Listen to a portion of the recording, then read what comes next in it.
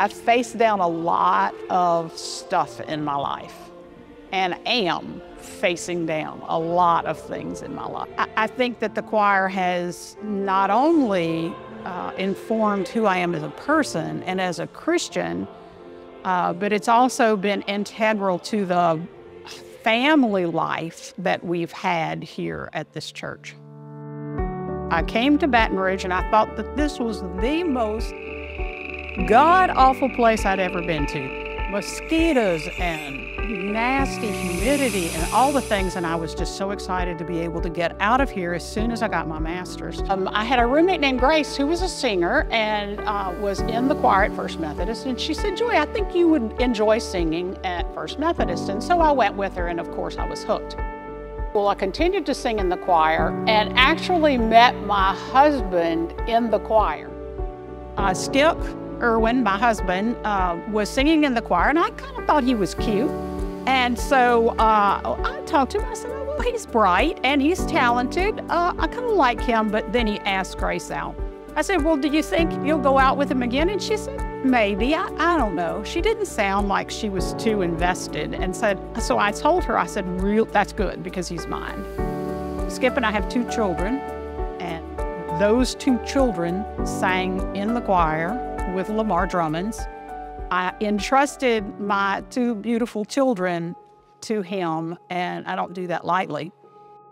So I have to go back probably 20 years or so, and I actually had to stop singing. I developed some issues with facial pain, and singing hurt. Singing hurt. So singing has been a part of my life forever, and I had to stop singing. That was a very difficult thing for me to do because I really felt like a piece of me had been ripped out. Not long before I sang my last service with the choir, we sang a song that we've sung since then called How Can I Keep From Singing? And there's one part of it that says, "No storm can shake my inmost calm, while to that rock I'm clinging." And it goes on to say, "How can I keep from singing?" But for me at the time, I asked myself literally, how can I stop from singing? And so I contemplated, I meditated, I prayed about it, and I said, "Okay, God, obviously I have to stop singing because it hurts. I can't do this. It hurts too bad. It makes my condition worse. So you're just going to have to give me something else to do." Fast forward to about 3 years ago, 2.5 years ago or so, my husband got a condition where he was no longer able to drive. And that was difficult because Skip was still singing in the choir. And so I said, okay, well, I can just drive him down to church and be there with him during choir practice and then drive him home. If I'm going to be there, I might as well sing. And so I texted Lamar and I said, "Lamar, I need to start driving Skip to choir practice. So is it okay if I start singing again?" With time, I discovered ways to help manage the pain and keep on singing. Now, I'm old. My voice is 20 years past the last time I sang. I don't sing like I used to sing, but I can read music, and I thought that I could contribute. And obviously, he thought the same thing, or he was just being kind, I don't know. But he said, "Absolutely, we want you to sing again." That, for me, was such a witness to the support that the choir has always given to me and my family. He said, "Absolutely, without hesitating, absolutely, we want you here." We sing with every part of our body, our spirit, our heart, our souls, what we bring in our daily lives. And as it said, those who sing pray twice.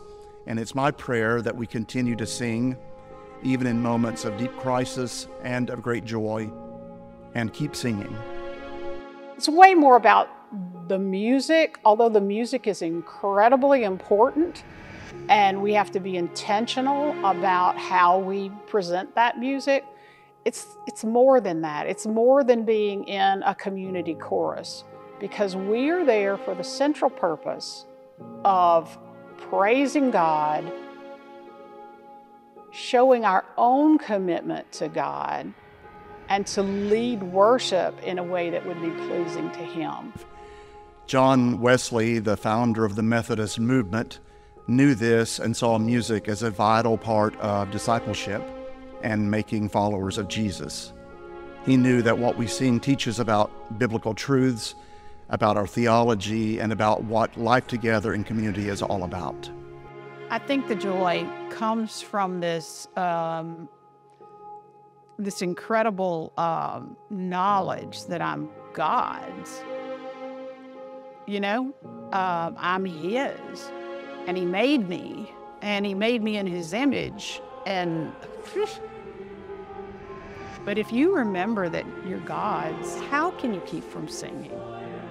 How can you keep from singing if you know that you're God's?